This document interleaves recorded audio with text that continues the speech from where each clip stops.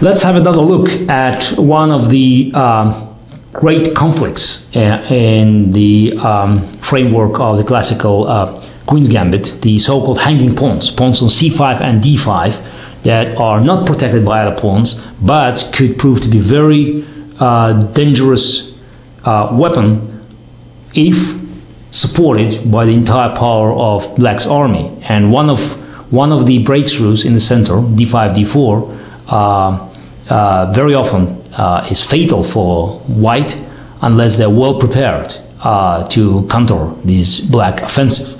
But on the other hand, these pawns could be weak if they are attacked from different directions by White pieces, and if White is well prepared for any advance, c5, c4, or d4.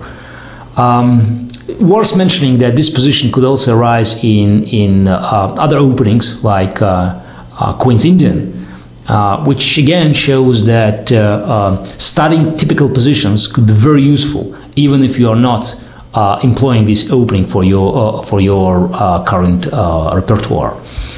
Anatoly Karpov was and still is one of the greatest experts in this area of chess knowledge. He played this position equally well with Black and White.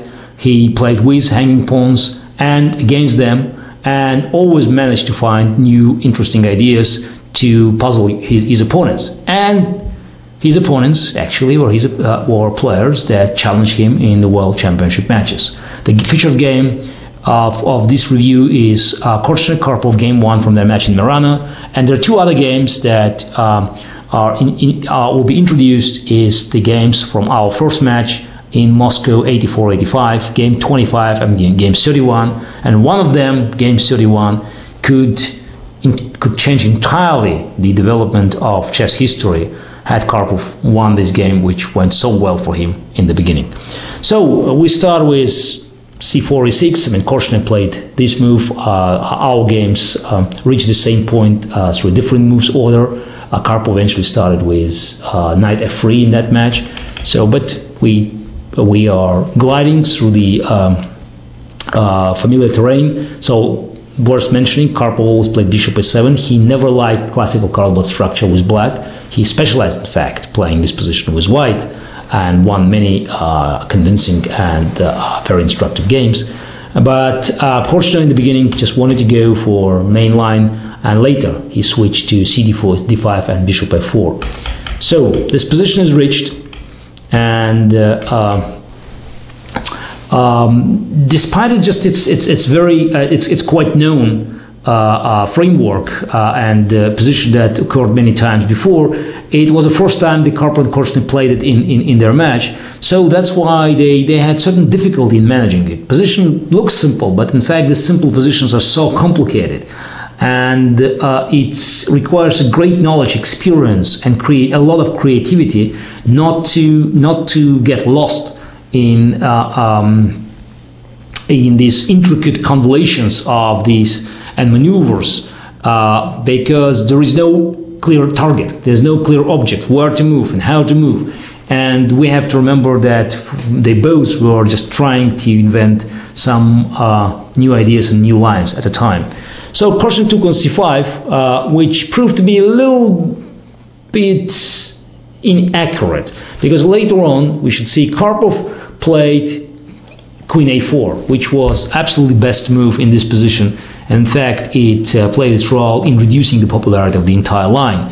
So we'll come back to this game a bit later. So, but in fact, Karpov himself took on c5, and after b takes c5, played rook c2 in game 25 on this match, already having an idea of attacking pawn on d5, having rook on d2 and attacking pawn on d5, also preventing d4, and preparing, his queen's advance on d3 or a4.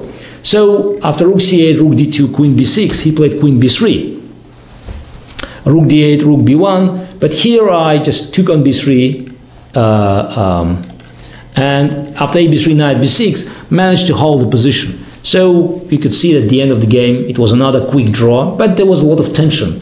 And you should trust me that in the long endless matches as we played in 84, 85, this quick draw didn't mean just easy ride for any of us. It required a lot of preparation before the game, and a lot of energy during the match. So that's why when we agreed on the draw, so in fact, quite amazing, because I didn't play knight a8, I played bishop a8 in this position. I think we just discovered a great misprint in the chess base. So it was bishop a8, and then after Karpov played knight g4, I played knight g8. No, knight a8 is too stupid. Yes. I played many bad moves in this match, but not that bad. So it was bishop e8.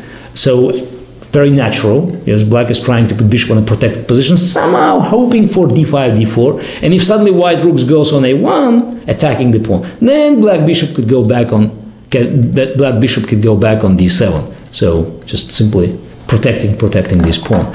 So after knight g4, knight g8, the game, the draw was agreed, because white couldn't excel more pressure on black's position. So Karpov probably was not satisfied with that, and then, as we know, he switched to 12, queen a4. But let's go back to Karpov-Korchnoi. So Korchnoi was a bit primitive, just trying to just develop the queen on c2, and then bringing rook on d1, attacking these pawns. But it occurred that black had more than enough counter chances, and as we know, the hanging pawns could be a weakness, or it could be strength. It was the latter in the above-mentioned game. So with passive move queen b1, one can hardly hope for an advantage. So Korchnoi probably hoped that he could continue his development, attacking pawn on d5, but eventually black pieces were nicely regrouped. So queen went on a6, and then after rook g3, knight h5, white eventually lost the bishop. So lost the bishop is not the correct word. It was an exchange, but it was a very comfortable exchange for black. So at move 19, just after making moves, we could just recognize that black dramatically improved the position. Now its queen is well positioned on e6. One of the bishops is exchanged, and it's no longer the question about white pressing pawn on d5, but it's white protecting its position against d5, d4. So Korchnoi didn't manage actually to stop d4. He was probably having some hopes to increase the pressure on d5, and eventually, after a very dubious maneuver of bringing bishop on b1, that's hoping to play a3, bishop e2, he just managed to blunder the breakthrough in the center.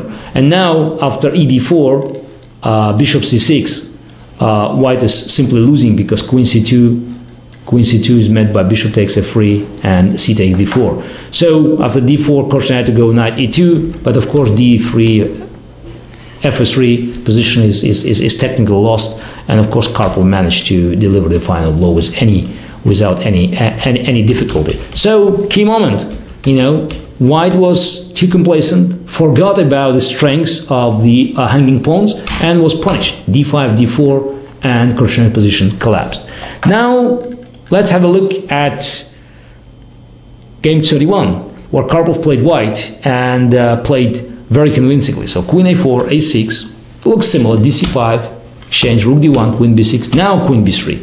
So similar configuration, but Karpov, in fact, white didn't lose time for playing rook c2 and rook d2, as happened in game 25 that we just looked before at. So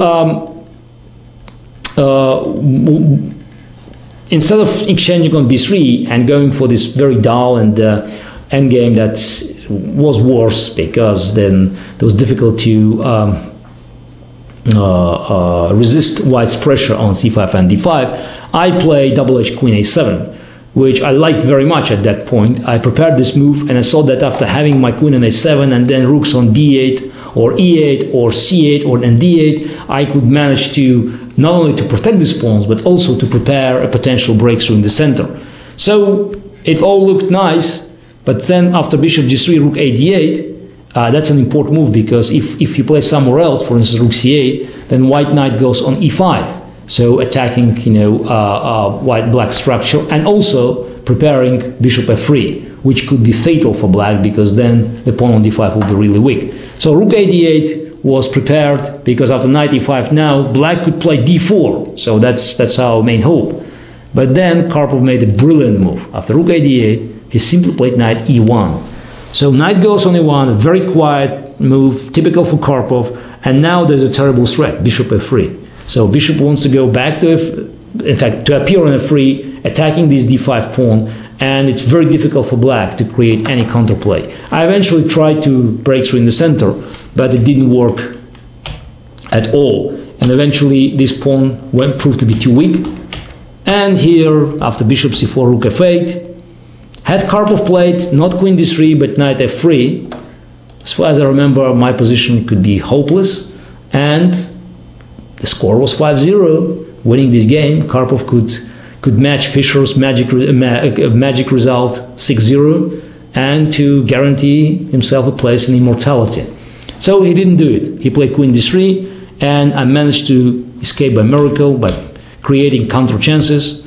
And suddenly, at one point, Karpov discovered that it was no longer him playing for a win, but black is trying to create excellent counter chances. So I would say that even position at move 27 was still better for white, because white had an extra pawn, and every machine could show you that white still had some winning chances. But in a real game of chess, when clock was ticking, and that was the World Championship match, and Karpov just hoped to win the game comfortably, so he got very nervous and let black create counter chances. So of course queen c4 was a better move at move 28 instead of queen d3, because after h5, queen c4, I escaped or avoided a queen's exchange, thus keeping some pressure on the white's